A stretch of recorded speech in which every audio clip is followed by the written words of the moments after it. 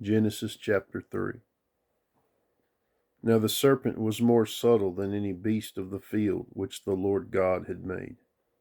And he said unto the woman, Yea, hath God said, Ye shall not eat of every tree of the garden? And the woman said unto the serpent, We may eat of the fruit of the trees of the garden. But of the fruit of the tree which is in the midst of the garden, God hath said, Ye shall not eat of it, neither shall ye touch it, lest ye die. And the serpent said unto the woman, Ye shall not surely die. For God doth know that in the day ye eat thereof, then your eyes shall be opened, and ye shall be as gods, knowing good and evil.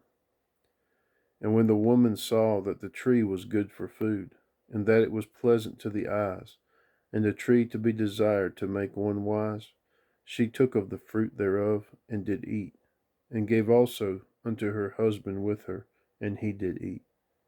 And the eyes of them both were opened, and they knew that they were naked. And they sewed fig leaves together, and made themselves aprons. And they heard the voice of the Lord God walking in the garden in the cool of the day. And Adam and his wife hid themselves from the presence of the Lord amongst the trees of the garden. And the Lord God called unto Adam, and said unto him, Where art thou? And he said, I heard thy voice in the garden, and I was afraid, because I was naked, and I hid myself. And he said, Who told thee that thou wast naked? Hast thou eaten of the tree whereof I commanded thee that thou shouldest not eat? And the man said, The woman whom thou gavest to be with me, she gave me of the tree, and I did eat. And the Lord God said unto the woman, What is this that thou hast done? And the woman said, The serpent beguiled me, and I did eat. And the Lord God said unto the serpent, Because thou hast done this, thou art cursed above all cattle, and upon every beast of the field. Upon thy belly shalt thou go, and dust shalt thou eat all the days of thy life. And I will put enmity between thee and the woman, between thy seed and her seed. It shall bruise thy head, and thou shalt bruise his heel. Unto the woman he said, I will greatly multiply thy sorrow and thy conception. In sorrow thou shalt bring forth children, and thy desire shall be to thy husband, and he shall rule over thee. And unto Adam he said, Because thou hast hearkened unto the voice of thy wife, and hast eaten of the tree of which I commanded thee, saying, Thou shalt not eat of it.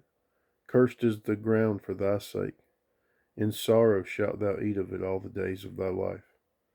Thorns also and thistles shall it bring forth to thee, and thou shalt eat the herb of the field. In the sweat of thy face shalt thou eat bread, till thou return unto the ground. For out of it wast thou taken, for dust thou art, and unto dust shalt thou return. And Adam called his wife's name Eve, because she was the mother of all living. Unto Adam also and to his wife did the Lord God make coats of skins, and clothe them. And the Lord God said, Behold, the man is become as one of us, to know good and evil.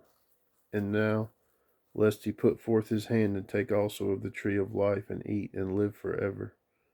Therefore the Lord God sent him forth from the Garden of Eden, to till the ground from whence he was taken. So he drove out the man, and he placed at the east of the Garden of Eden cherubims, and a flaming sword which turned every way, to keep the way of the tree of life.